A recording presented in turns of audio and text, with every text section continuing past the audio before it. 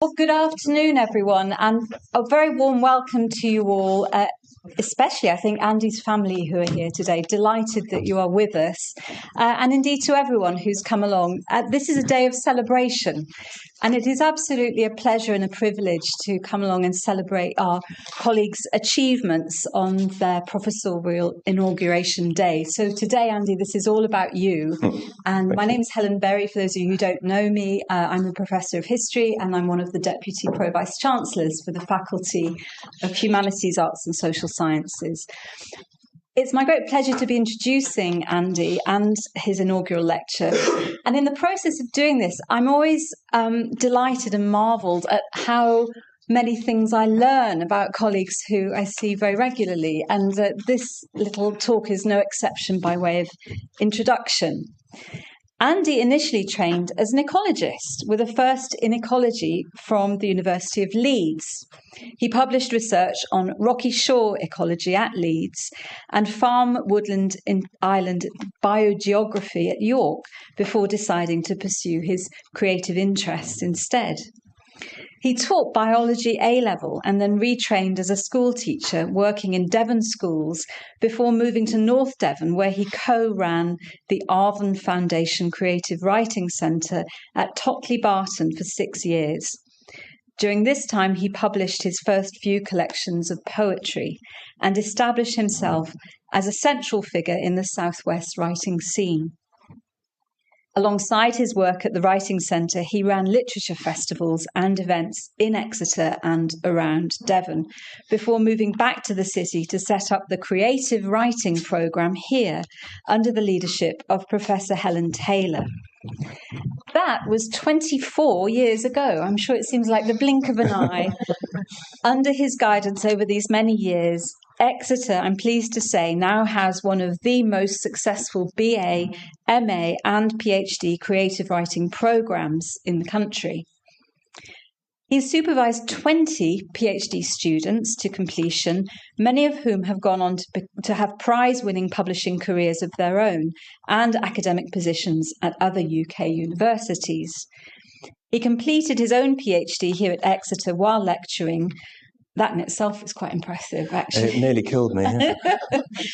A critical and creative inquiry into the philosophy of critical realism, emergence theory, externalism, and their relationship to ecopoetics. He began his creative life as a musician and actor, only later moving into poetry. He's played in several bands and recorded albums in the UK and US, touring the UK on a light gigging schedule. I need to ask you after what a light gigging schedule is. In the theatre, I mean, this track record of achievement in so many different fields just goes on and on. In the theatre, he's played Hamlet and characters from Molière to Middleton and acted in productions as an undergraduate. He's been reading and performing his poetry for 30 years and still plays live music around the Southwest, currently with the Escapees and other musical collaborators with whom he makes occasional recordings. For the past 3 years, he has run a writers and songwriters retreat at his small home in Brittany, where he now writes most of his work. Collaboration has been a key part of his writing practice, and he's published collections of poems with such luminaries as the late John Burnside, David Morley, and Mark Woodward. He's also collaborated with sculptors, artists, bookmakers, and musicians. His creative energies are boundless. He's also a keen and competent gardener and cook. I do wonder what I've done with my life when I wrote that. Absolutely wonderful. And I'm sure all of you like the sound of this small house in Brittany. It's all with you, I think. Andy's topics have been wide-ranging: ecology and ecopoetics, tree climbing, Bloomsbury publishing his monograph, The Tree Climbing Cure, in 2023, discussing representations of tree climbers and nature and well-being in Western literature and art. History, he's published 2 historical novels and many historicised poems. Medical humanities, critical realist philosophy, emergence theory, travel poetry, ekphrasis and painting poems, particularly the work of Bosch, and poetry about music. He's also published text and image works through the lens of asemic writing, mark-making that looks like writing but isn't.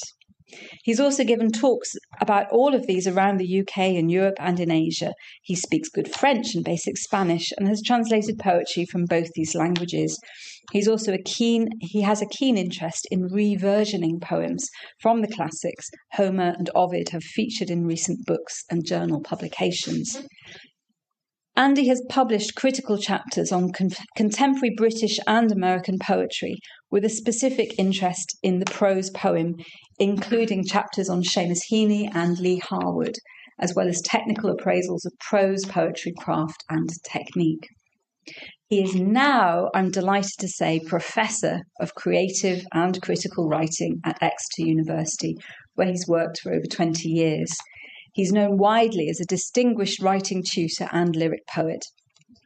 20 poetry publications include this year's forthcoming The Big Rip with Whirlpool Press, Casket, Shearsman 2019, Bloodlines, Whirlpool 2018, Exerbia 2014, The Fool and the Physician, Salt 2012, and Fall of the Rebel Angels, Selected Poems 1996 to 2006. Published that year, among others. He co-edited a body of work, an anthology of poetry and medicine with Corinna Wagner, Bloomsbury in 2016, and edited The Writing Occurs as Song, a Kelvin Corcoran reader in 2015 on the leading UK poet, contributing his own critical essay and interviews to that book. He has published 2 books of interviews with other leading figures in the UK poetry scene and written over 200 reviews for leading UK poetry journals. His individual poems have been published in hundreds of magazines and journals at home and abroad.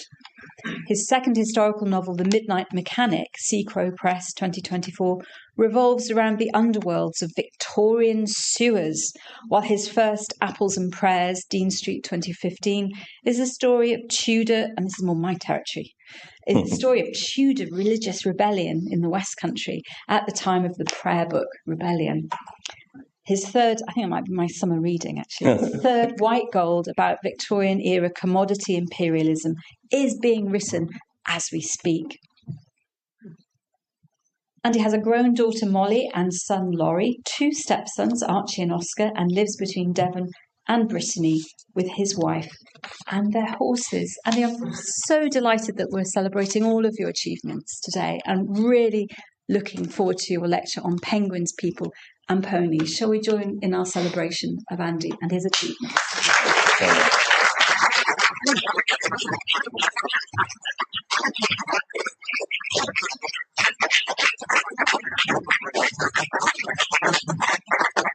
Well, thank you. Thanks. It's great to see you all. Thanks so much for making the effort to come and to support me and celebrate with me. It really means a very great deal. Thank you, Helen, for that generous introduction. It sounds all right, actually, when I look back at things. Pre-thanks to Virginia, who's going to speak at the end. Thank you very much for agreeing to do that. Thanks to the department for supporting. Shame Helen Taylor can't be here today, but that would have been nice to see her. I owe her great thanks. Thanks to my colleagues who supported me. You know, a career is not a solo event by any means, and some of you have been really instrumental in supporting me through that. So thank you. To all of my friends, thank you. My mum's here. Mum, wow, she gave me books in the first instance. So thank you for that. My children sadly can't be here, but Archie's here. Great to have you. My sister Sue and my brother-in-law Ralph. Thanks for driving up from London. My publishers, you've come such a long way, and just for this, I mean, you give me immense support anyway, but to have you here today means a great deal, so really appreciate it. And like I say, thank you all for coming. I'm just going to dive straight in.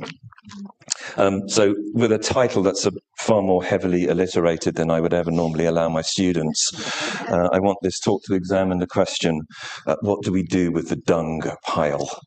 Especially, how might poetry and fiction engage with that question? Why all the daft alliteration is hopefully going to become clear. Recently, a playful question made the rounds of the poetry world: what rhymes with orange, generating much chatter and some quirky poetry. Initial consensus said there were no full rhymes for orange, although aficionados quickly identified sporange, the spore case of mosses and ferns, the Atlantic Gorringe Ridge, and Blorange, a Monmouthshire hill. There are also several near rhymes, which prompted me to ask a parallel question in my own research. What is the relationship between writing and sanitation, or more simply, what rhymes with sewage? The working title of a book of essays on contemporary poetry that I've been working on for some time. Even fewer words rhyme with sewage than orange. The only full rhyme is brewage. That's alcohol that's made by steeping and boiling rather than by distillation. As with orange, there are some near rhymes, including plumage and usage, and depending on your pronunciation, bluish, and some surnames like Coolidge. Sewage, to my mind, beats orange in the fewest rhymes game. So part of my work then has become about two unlikely bedfellows, poetry and waste, human and other. But as Rose George, a critic of sanitation, writes, this isn't unlikely. Language and toilets are linked. Oh, sorry, I think that quote's on the previous slide. Language and sewage are linked. Language and sewage are themselves near rhymes, or slant rhymes.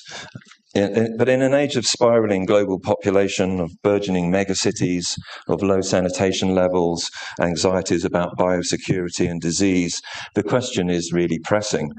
How do we write about public health? How do we use language to creatively talk about, to historicize the ecological issues of water and waste? So Rose George goes on to say, excrement is not automatically toxic.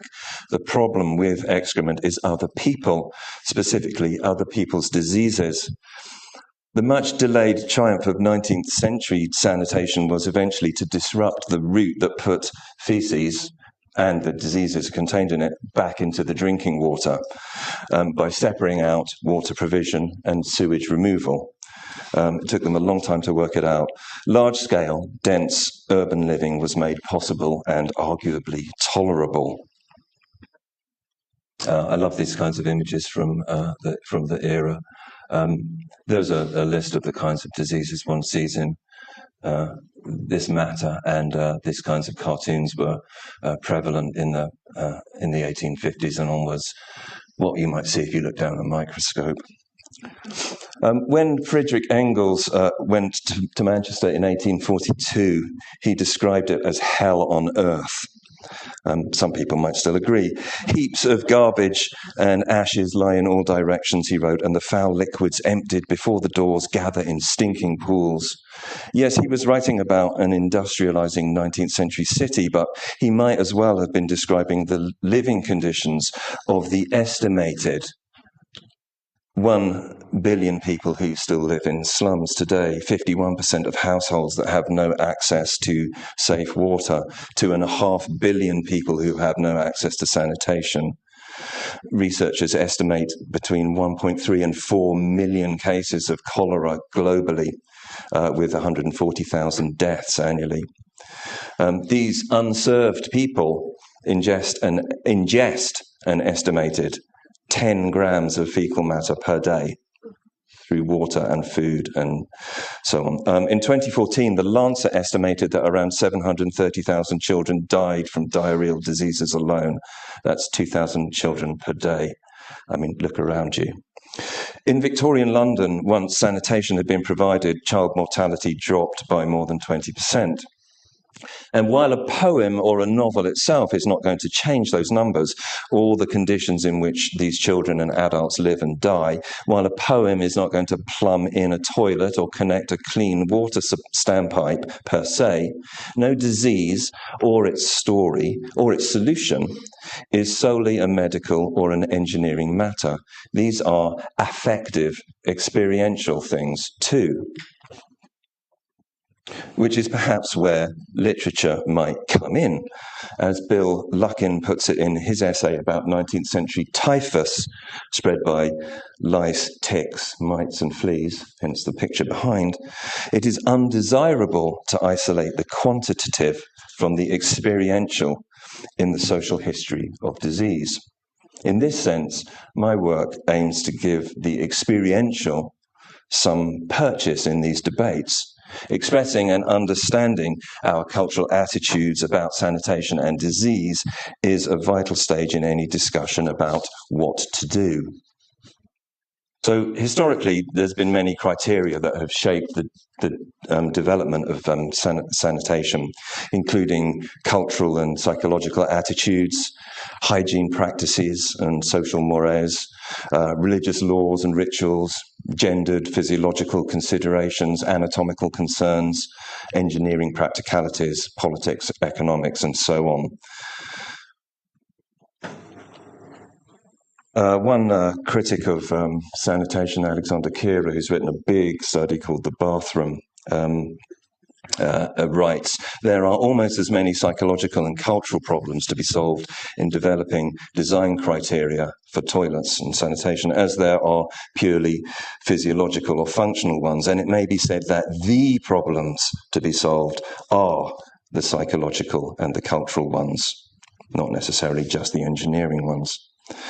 So perhaps as the recent UK Supreme Court ruling shows that a definition of a woman is based solely on biological sex, much of the angry public debate that you will have heard focuses on who should use which gendered toilets.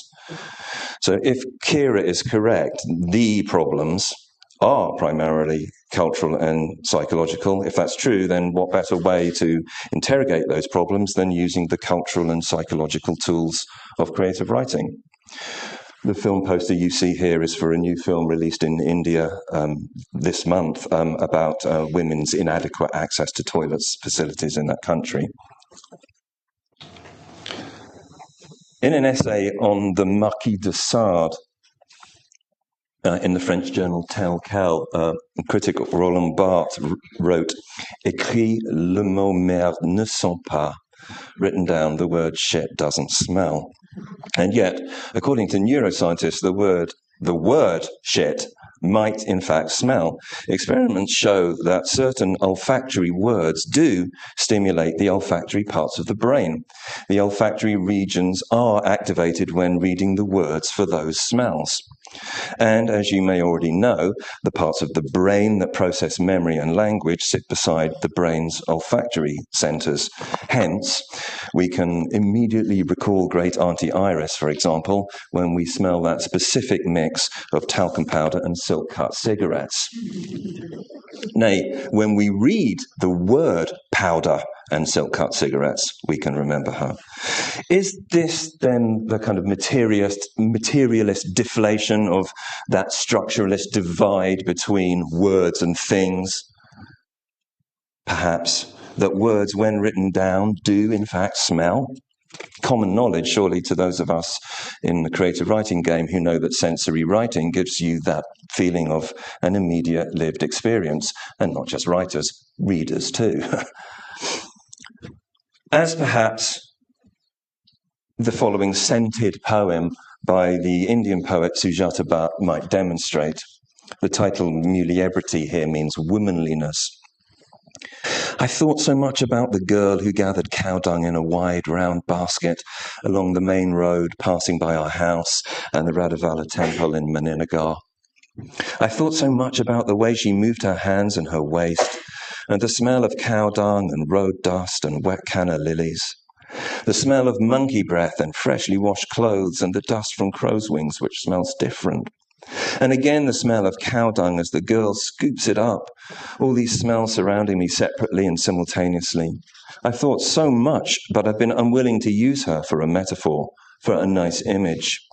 But most of all, unwilling to forget her or to explain to anyone the greatness and the power glistening through her cheekbones each time she found a particularly promising mound of dung.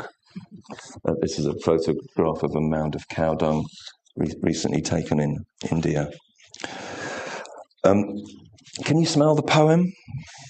I love the sensory evocations of the imagery, the immediacy of the scene, which moves from the past tense, the girl who gathered cow dung, into the present tense, she scoops it up, and the tension between literalness and metaphor. I mean, how else in a poem could a girl be anything but a metaphor? It's a beautiful evocation of becoming a woman in rural India in as gentle a Feco poem as you will ever find. Which brings me to that word, Fecopoetics.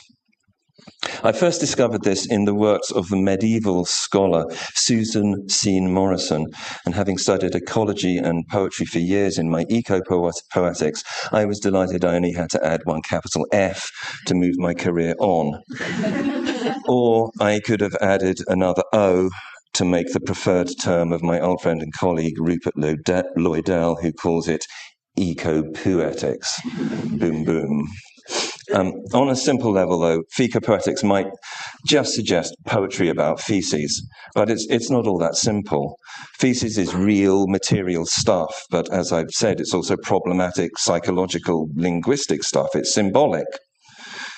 Morrison discusses the historical and the symbolic presence of feces in the Middle Ages, but her definition of the term as the poet's use of scatological discourse is only part of it. We already have that word, scatology, to describe humorous and satirical works that reference bodily functions. But Feco poems must go beyond scatology. They may be humorous, but humour isn't their main purpose. Instead, their purpose is to ask questions about public health, about epidemic, of politics, of language and society, of agriculture and ecology, and ethical questions about bodies, our own bodies and other people's bodies. As Morrison concludes in a paper on Chaucer, Feco poems must offer ethical and moral frameworks as part of our civilizing process to recognize the value of that which we deem uncivilized and to see ourselves in that threatening, filthy alterity.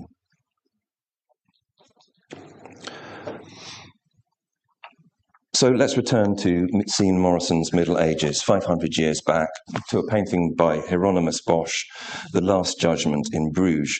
In the bottom left-hand corner of this triptych of the central panel, a naked group sprawls around a huge barrel filled with human bodies by Bosch's celebrated demons. The perforated barrel spouts liquid like a grotesque fountain. Given the barrel's role in brewage, perhaps this is Bosch's warning against drunkenness. The folk raise their mouths and seem inebriated by it all. But Bosch's barrel is a pestilential metaphor too. The liquid makes these sinners vomit and defecate all around. They're mesmerized by drink and oblivious to their own filth. Is this then Bosch's comment on medieval sanitation? Ultimately, Bosch is concerned with eschatology, what happens to us at the end of days, before he is concerned with epidemiology, the spread of disease. But the barrel is a metaphor for spiritual contamination before it is one of cholera. But the epidemic metaphor for me is there. Inheriting Bosch's Protestantism, the Victorians too believed that moral filth begets contamination. The poor contracted cholera because they were morally degenerate, so it went. If cleanliness was next to godliness, then Britain's overcrowded 19th century cities were damned. And I want to move on with this metaphor to show that Bosch's barrel is still around today. Natasha, where have you gone? Yeah. You've moved. My wife, Natasha, and I recently got back from India, a little trip that we took. And here's some photos from there. This is Benares or Varanasi on the banks of the Ganges. The pictures perhaps show that kind of commonly romanticized perception of the city, a holy sadhu beside the twinkling lights of the river, the holy river Ganges at dusk, the bodies burning beside the river where the soul makes its final journey before it goes on its journey of samsara and is released on the holy waters.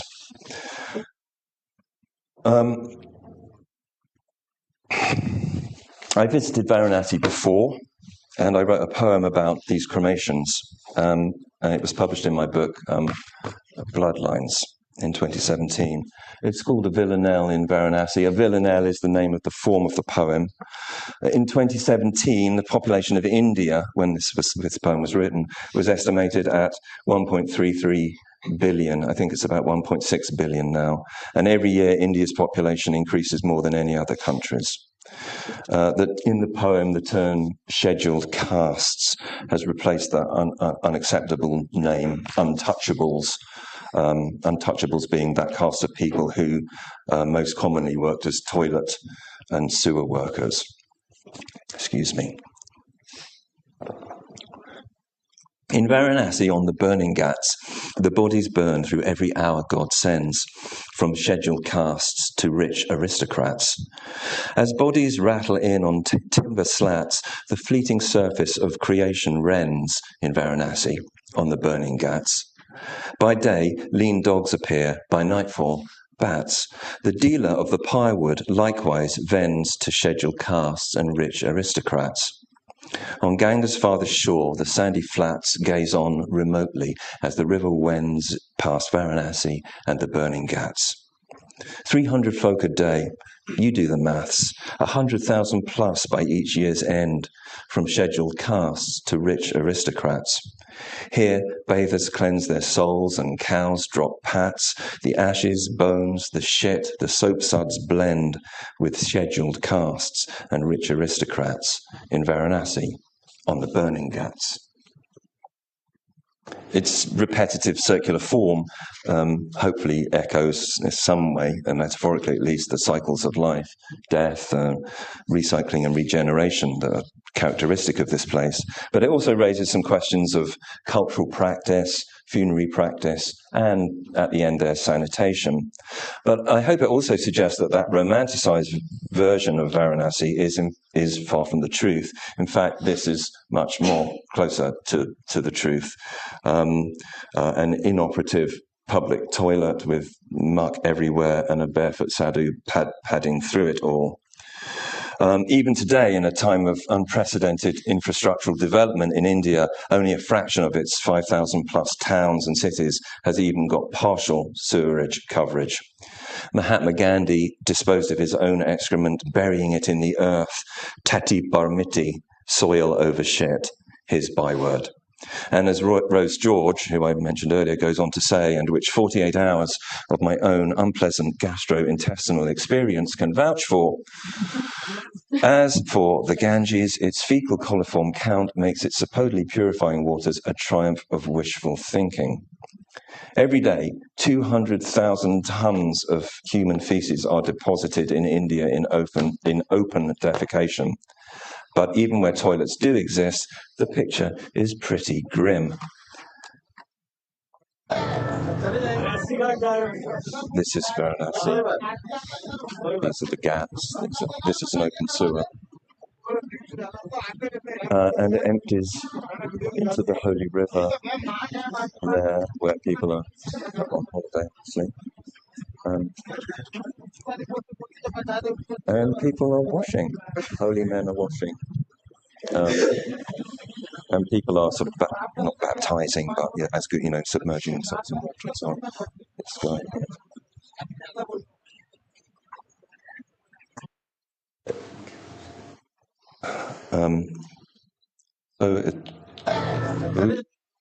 and some photographs of people washing their water vessels there. So far from the truth, that romantic vision. But I want to just move this on a little bit. In perhaps a tenuous link, I want us to move from India to Kenya. I just mentioned Gandhi, who visited Kenya briefly in 1902, and he met with the Indian community there, which was already quite large. They were working under British colonial rule, building the Lunatic Line, a railway which ran across Kenya. Lunatic because it was madness to build it through such crazy terrain. Questions of sanitation in India and in Kenya are deeply linked to their colonial legacies, but I don't have time to go into that in much detail now. But this is Kibera, a massive slum on the outskirts of Nairobi. I published a poem called The Flying Toilets of Kibera in the same book as the Varanasi poem. Flying toilets refers to people defecating in plastic bags and then flinging them away with disastrous results. Here's some that have landed in the watercourse of the slum. The poem that I'm about to share with you gives you some of the taboos and politics behind this. There are few or no toilets, no sewers, and those who do use the surrounding fields to go to the loo at night are often mugged, raped, murdered. It really is safer to do it in a plastic bag and throw it away. Except there is no away, right? There is no away, doesn't exist. The names in the poem are popular names for Kenyan children. Because the politicians can't discuss toilets for fear of breaking taboo, Afia Swahili, well-being, health, launches hers beyond Kibera's walls. Because the bureaucrat believes the settlement must be illegal, Kanya, Sanskrit, waterborne, slings his to the reservoir's edge. As plastic bags rain from the sky, Nafula, African, born in the rain, washes his face in the tainted tank. You choose, Samira, either use the bag or squat outside in the perilous night, Arabic, meaning pleasurable place. There's terrible sort of nominative irony in that last child's name. Lest I be accused of engaging in some sort of xenophobic critique of unsanitary others, let's bring this closer to home, shall we? Presumably you're familiar with headlines like this. Last year, UK water companies released raw sewage for a record 3.614 million hours, although the total number of spills was down on the previous year, as you will have heard, and 2024 was the wettest year on record. Water company people are quick to tell us each spill lasted longer on average. That is 412.65 years worth of sewage pouring into our water in a year. Think about that and compare that to Victorian London. Or compare it to the Ganges. Not that different. England has a combined system where rainwater and sewage share the same pipes, so too much rain means that treatment works are overwhelmed and sewage overflows, and then they're allowed to release that in what is called controlled releases, but dry spillage also occurs, and dry spillage is illegal. Regional figures, South West Water, you will be proud to know, has the highest total hours of spillage of the 8 English water companies, though fewer actual spills. Was water discharged near you? From which there are obvious hazards and risks: infections, ingestion of antibiotic-resistant bacteria, biosecurity issues about drugs, hormones, and viruses in the water, pollution from microplastics, sanitary products, waste, the loss of habitat, species lost, eutrophication and deoxygenation of water, and important for the southwest, coastal waters, health, tourism, fisheries, shellfish, etc. So all of this is happening, as I'm sure you're aware, after decades of insufficient infrastructural investment, while at the same time shareholders have received unprecedented payouts, £85 billion since privatisation, folks. And you all saw your water bills skyrocket in April by an average 26%. That's £123 a year. Have you noticed that on your bills yet? And it takes the average annual bill to £603. Southern water customers saw an eye-watering 47% increase. Yes, UK water industries plan a 5-year investment of £104 billion, with £24 billion going specifically to improving infrastructure.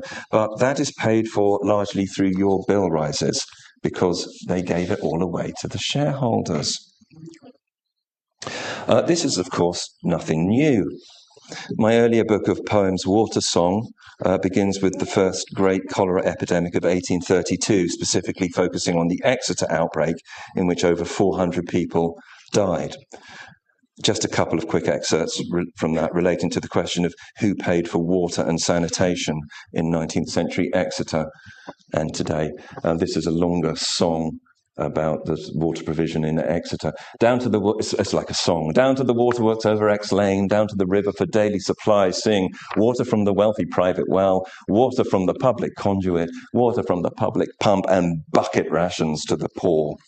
And this is this is almost a found poem material taken from legal proceedings. Against the widow not for a house of office emptying over the king's highway, amerce £2 6 shillings. The widow barrier for a nuisance by keeping a mound of filth and nastiness beneath her court, amerce £5 8 shillings. From Solomon Humbleby for refusing the party vault to be emptied through his property, amerced 10 shillings 4 pence. Christopher Scrape for throwing out night soil and sundry muck into the street, amerce 5 shillings 8 pence.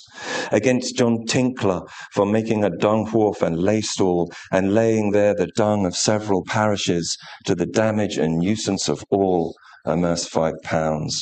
From Josiah Jarvis for annoying his neighbour by throwing out filth and soil and for an insult to the jury affecting their office, amerce £10.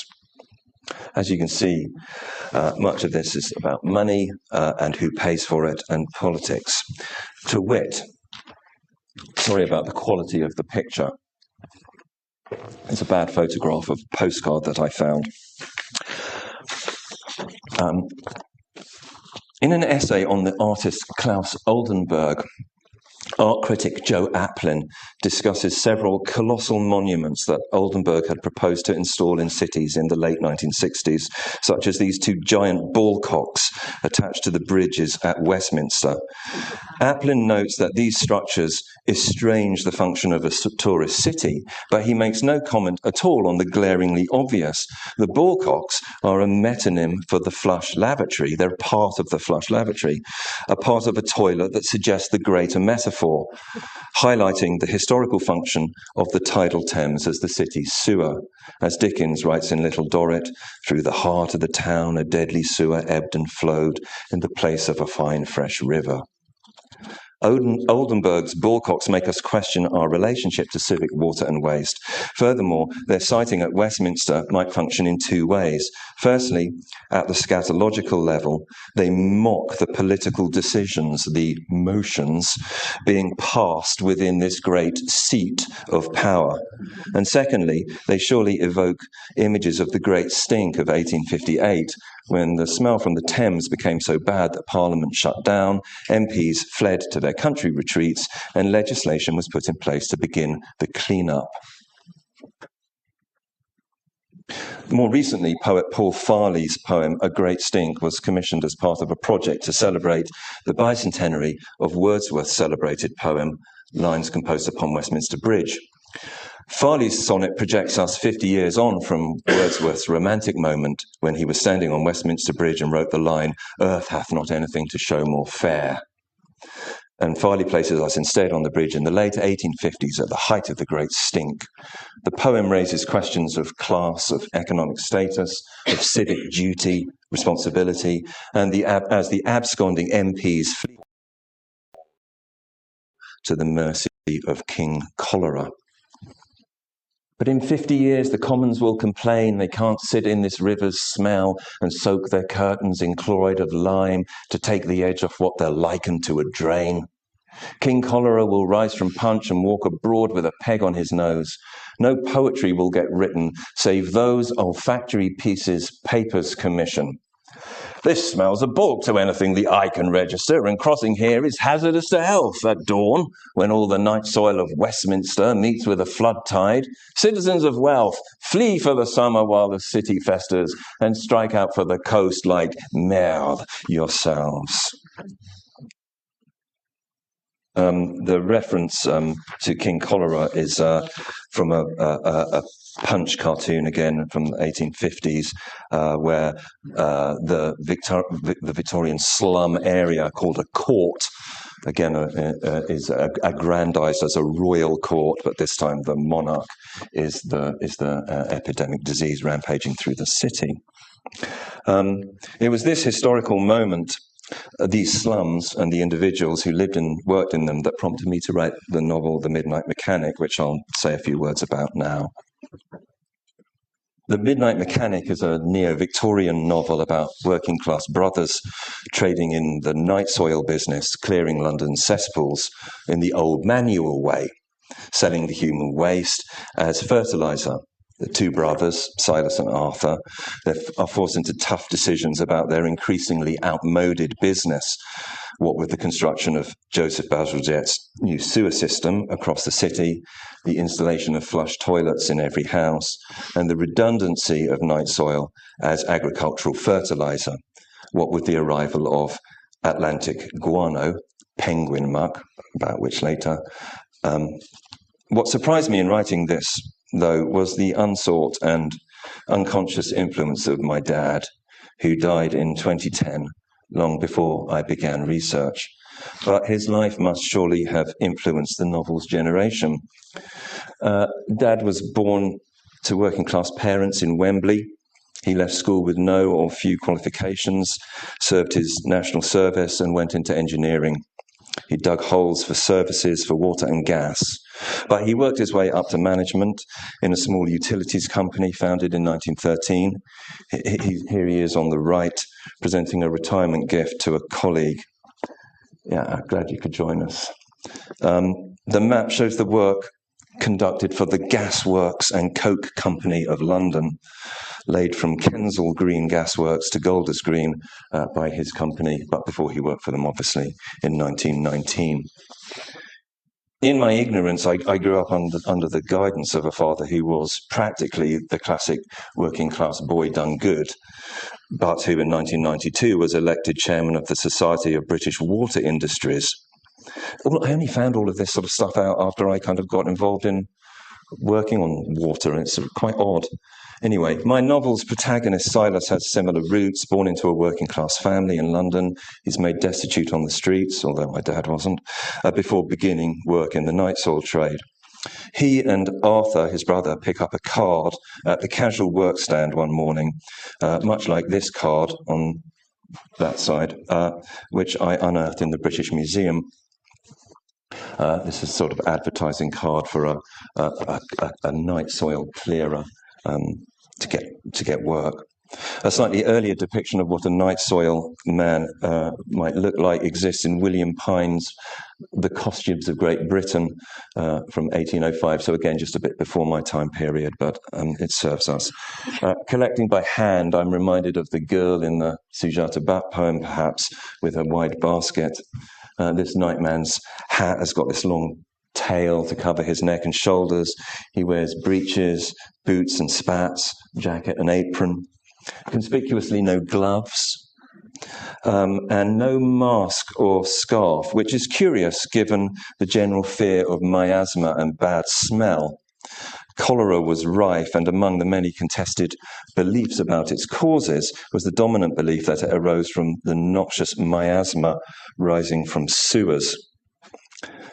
A kind of image of miasma sweeping across soldiers fighting in a battlefield there. Between 1845 and 1856, some 700 works on cholera were published in London alone, but no one could agree on the cause, adhering to dated theories of miasma and other speculative causes. A fungus, an insect, an electrical disturbance, a virus from the dead. Today, social media conspiracists might surely add fake news and cholera scam. But 19th century contagionists believed that cholera was spread by contact. Miasmatists held the dominant view. Doctors had no knowledge of microbes, bacteria, and viruses really at the time. Science was guided by what could be seen. The places in which most people died literally stank bad air, miasma. William Farr's elevation theory that higher locations in the city presented fewer deaths because they were free of miasma was correct, but for the wrong reasons. London had 8 different water companies providing water of vastly different quality. High elevations where the wealthy lived were served by clean piped water. The poor lived in London's low-lying areas served by water drawn from the infested Thames itself. As today, class and economic status determine where you live and therefore whether you survive, much like the COVID-19 pandemic in 2020. As Carlo Cipolla writes in Miasmas and Disease, a book about these matters in Italy, it is much easier for people to adapt the observed facts dialectically to the ruling paradigm than to renounce the ruling paradigm in response to possible new interpretations of the facts. In other words, they stuck to believing that miasma was true. It's confirmation bias, costing hundreds of thousands of lives. In Les Miserables, Victor Hugo refers to the contents of sewers as golden dung. What do we do with it, he asks. We throw it away at great expense. We send ships to the South Pole to collect the droppings of petrels and penguins, except Hugo was partly wrong here. The ships were not a great expense, as I'll talk about in a sec. It was, in fact, cheaper to consign a guano ship to Peru than to devise a scheme to dispose of London's sewerage as fertilizer. So, at the same time, Marx proposed a model of ecological crisis under capitalist production, the metabolic rift. John Bellamy, a sociologist, quotes Marx, defines this as an irreparable rift in the independent process of social metabolism. With every metabolic rift, i.e. the shift from midnight mechanics cleaning London's waste to industrialized sewerage cleaning London's waste, there comes a kind of metabolic shift, something that covers it up. And in this case, the thing that shifted and covered it up was the import of guano, using penguin shit as fertilizer instead. The rift comes as commodities, guano, cross spatial boundaries, the Atlantic Ocean, and they collapse temporal boundaries because it's been there for hundreds and hundreds of years, and you usher in an accelerated environmental change. When the guano trade eventually collapsed in the late 19th century, the metabolic shift went to superphosphate fertilizers from Chile, and then in the 20th century, it's gone to industrialized chemical fertilizers, which have had extreme consequences for water sources, agricultural runoff, playing havoc with the quality of lakes and streams, and so on. So this kind of shifting has been going a long time. In the 19th century, the Victorians then imported millions of pounds worth of penguin guano to fertilize the nation's crops, a far better fertilizer than human waste or any other manure. Hence, in my novel, my midnight mechanics are caught in a metabolic rift and shift. New toilets and sewers are putting pressure on them from the top, flushing their valuable commodity out to sea, putting them out of business, and penguin guano is being bought in by the shipload, putting them out of business.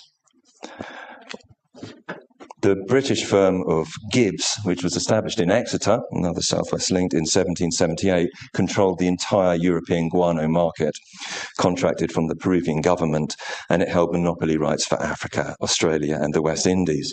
A satirical music hall couplet from the period describes that William Gibbs made his dibs selling the turds of foreign birds. A little ditty that would have been popularly known. The vast profits kept the company afloat well into the 20th century and paid for the building of the neo-Gothic mansion Tinsfield House up near Bristol. From 1855 to 64, Britain imported Peruvian guano to the value of over £20 million today. As a share of today's GDP, that's about 300 billion. Unimaginable wealth. My lowly midnight mechanics then stand little chance against this overwhelming wealth. Cyrus quite literally, therefore, jumps ship. And the sequel novel, provisionally titled White Gold, which I'm writing now, takes him on a questionable voyage to the Peruvian Chincha Islands in 1865, just off the coast of, poor quality again, but just off the coast of Peru by Lima, literally an island made of penguin droppings.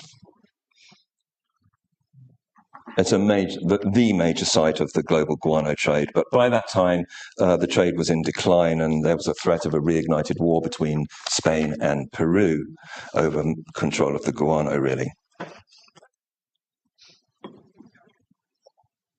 Last year, Dr. Christine Okoth gave the annual Tea Garden lecture here at Exeter on the subject of extractive literature, of mining literature. And she discussed the super exploitation of workers in mining literature and the role of putting the commodity at the heart of the writing, something that I'm aiming to do in writing this novel, White Gold. But the mining of guano is not just about one resource, guano, but about a second resource too, human beings. More specifically, transporting indentured Chinese workers from China to Peru to do the guano mining. The two commodities become synonymous for each other, and 19th century capitalism turns the human being into what critics might call a commodity of empire. In her book, Extraction Ecologies, Elizabeth Miller describes the setting of mining literature as sacrifice zones. Exactly who and what is being sacrificed drives this sequel novel. What politics and morals are there in a bag of guano? What morals lie in its production, in the labour, shipping, politics and economics?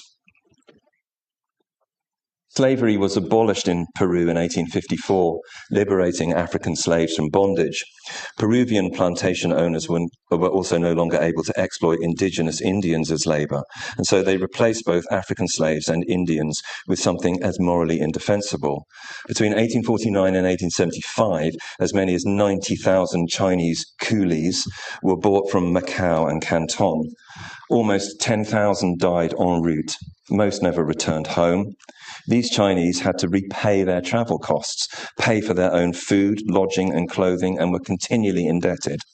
If they tried to leave, they were imprisoned and shackled or made to wear the kang, a cruel means of punishment imported from China itself, a board with a hole for the head, worn like a collar with your hands and feet chained. You couldn't eat or drink for 2 or 3 days.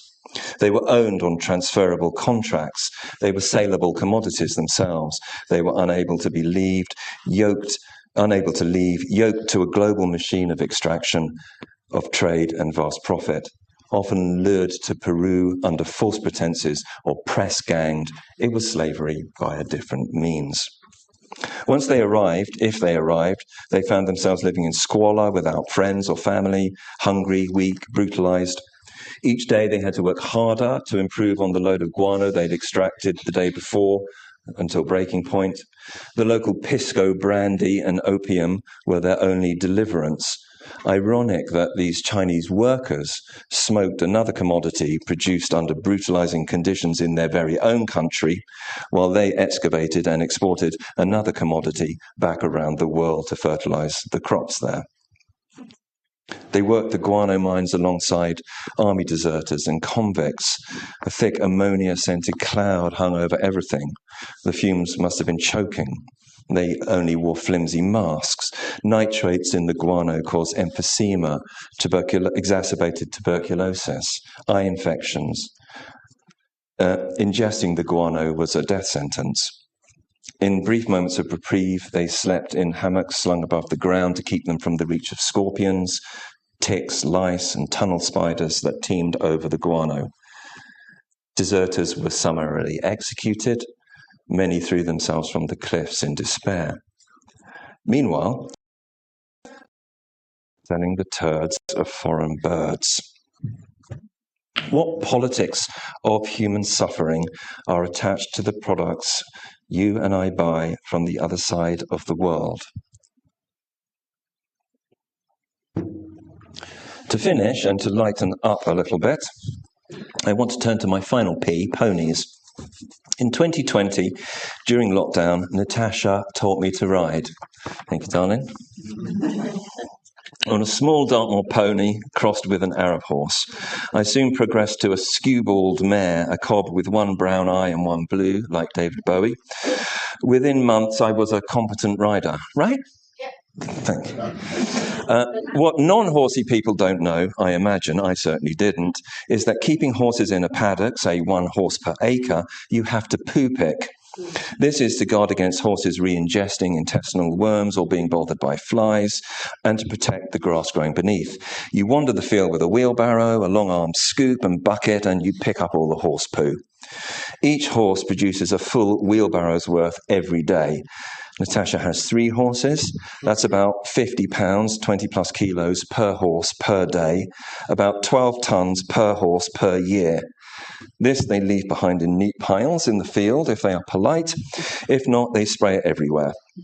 About 10 polite piles per horse, spread over 2 hours, 2 acres each day. So you have to stay on top of it. It gives you time to think and to compose poetry.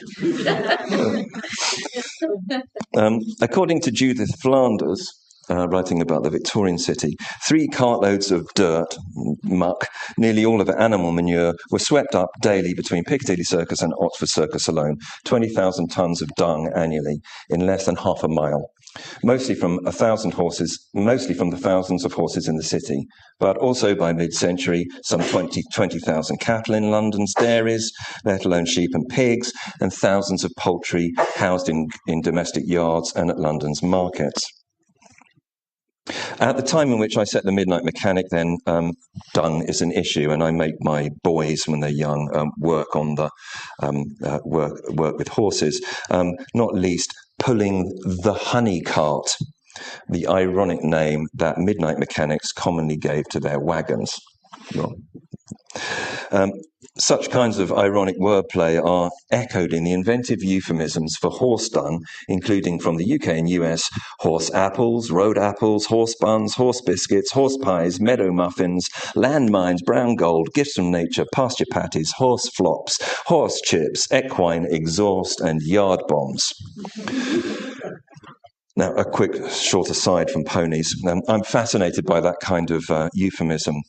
In his short book on the history of the toilet, Roy Palmer says that by seeking euphemisms for the WC, we try to deny its existence. But I disagree with him. I think that by inventing euphemisms for the WC, we acknowledge our shared humanity and celebrate it. As the American poet Maxine Kumin writes in the Excrement poem of 1978, it is done by us all.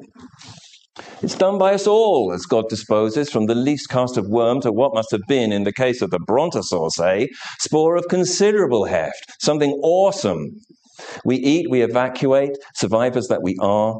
I think these things each morning with shovel and rake, drawing the risen brown buns towards me, fresh from the horse oven, as it were, or culling the alfalfa green ones expelled in a state of ooze through the sawdust bed to take a serviceable form, as putty does, so as to lift out entire from the stall. And wheeling to it, storming up the slope, I think of the angle of repose the manure pile assumes, how sparrows come to pick the redelivered grain, how inky caprinus mushrooms spring up in a downpour. I think of what drops from us and must then be moved to make way for the next and next. However much we stay in the world, spatter it with our leavings, make stenches, defile the great formal oceans with what leaks down, trundling off today's last barrowful, I honour shit for saying, we go on. We're back gathering animal dung again. Kumin's poem's got many admirable qualities. I like its orderliness, its cleanliness, if you like. The phrasing is based upon the classic metre of English language poetry, iambic pentameter. I think of what drops from us and must then, dee-dum-dee-dum-dee-dum-dee. It measures out the subject matter in what Kumin calls a serviceable form. I admire the humour of the poem, although it's not necessarily scatological. I like its lack of embarrassment, its equality, its confidence in the great patterns of natural recycling. I love the extended food metaphor, the central point that nature will recover, nature will recycle us and our leavings, and that this stuff has to be dealt with. It's this democracy, I think, the playfulness of language woven into the ecological message that proves Roy Palmer wrong when he dismisses euphemism.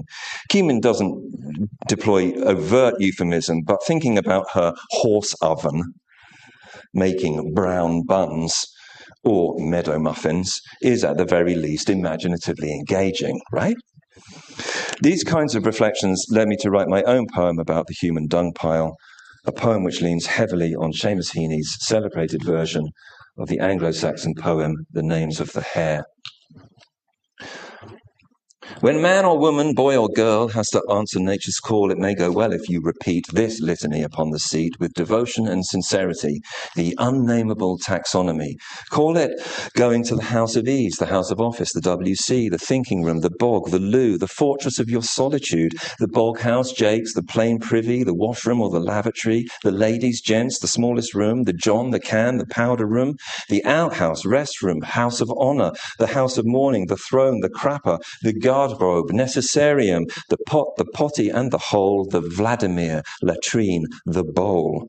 Call it seeing a man about a horse, disposing of your hazardous waste, dropping the kids off at the pool and evening at the Super Bowl, having the daily AM/BM, exercising all your demons, shooting out a game of craps, dropping anchor, checking the pipes, catching up on some piled up reading, evacuating the crowded building.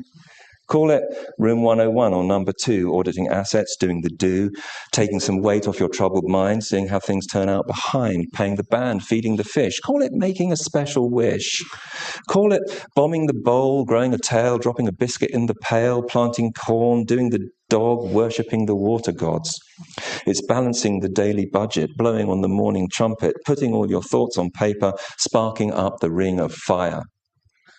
And when you have intoned this prayer, then you might much better fare.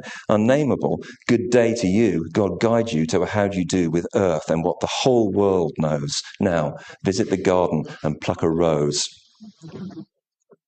But it's ponies, seeing a man about a horse, we're concerned with here, and with ponies I shall end. So here's a final, plainly descriptive poem from a forthcoming booklet of poems called Medicine Hat, each poem of which concerns horses.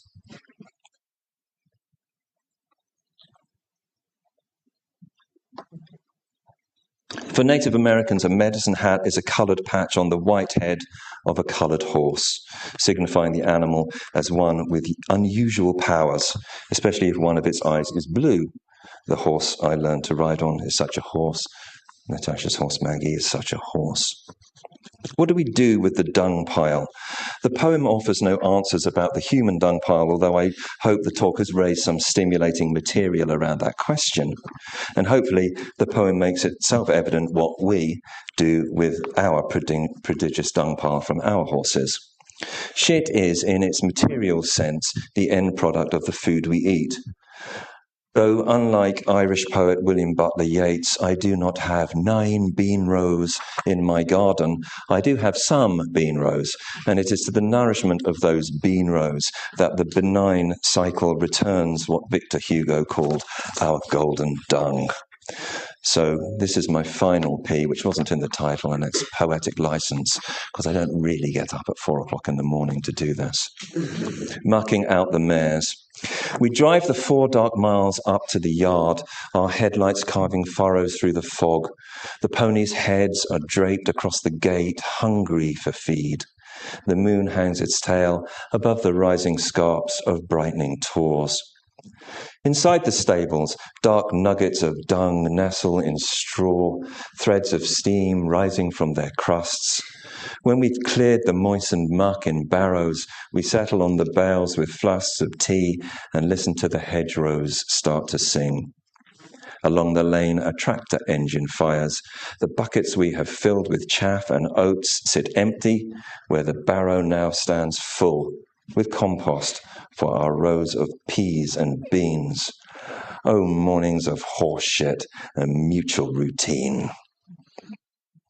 So I admit a certain amount of poetic license there. But that concludes the sermon for today. And thank you very much for coming and for listening, for giving me your support. And I look forward to chatting with you over a drink afterwards. And love to you all. Thank you so much for your support. Thank you.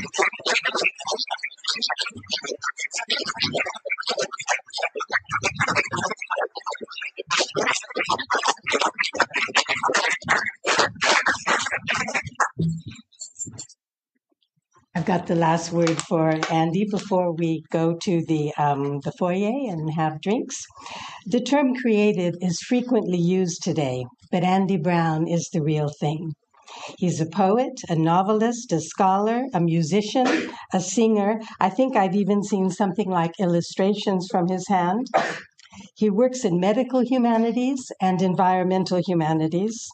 What you've just heard, and what I always think of in connection with Andy, is the capacity to make us see things that we might not have noticed, or to see them more clearly, whether it is water, or trees, or dustmen, nightmen, as he was saying here, or apples, or even excrement. As most of you know, especially now, Andy's recently published a neo-Victorian novel, The Midnight Mechanic. The greatest Victorian critic, John Ruskin, wrote, "The greatest thing a human soul ever does in this world is to see something and tell what it saw in a plain way. To see clearly is poetry, prophecy, and religion all in one." And that is how another novelist, Marcel Proust, described Ruskin himself, and how I see Andy's restless curiosity, myriad commitments, and gift for expression. I quote Proust, describing Ruskin's description of a tiny figurine on the porch of the booksellers at the Cathedral of Amiens, which is much like our own cathedral in Exeter. Quote, "A man who, casting away from him that nothingness which oppresses us, to follow purposes which dominate his life, purposes so numerous that he will not be able to attain them all while we seem to have none. This man came, and among those waves of stone, where each lace-like effervescence seemed to resemble the others, seeing there all the laws of life, all the thoughts of the soul, naming them by their names, he said, 'See, this is this, and it is that.'" That's the way I think of Andy, with his endless projects and paths, and with one of the greatest of his roles, that of teacher, who helps make other poets and healers and conservationists.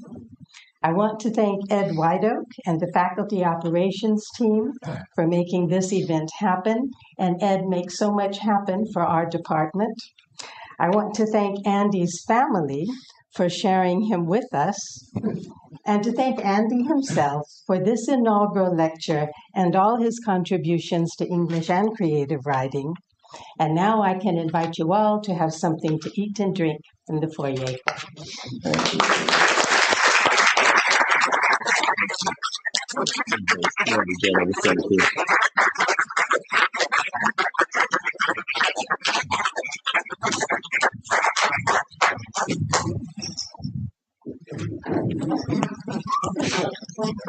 Wow, man. Thank you. Sorry. Fresh up, nice. Look at that. Yeah, sure.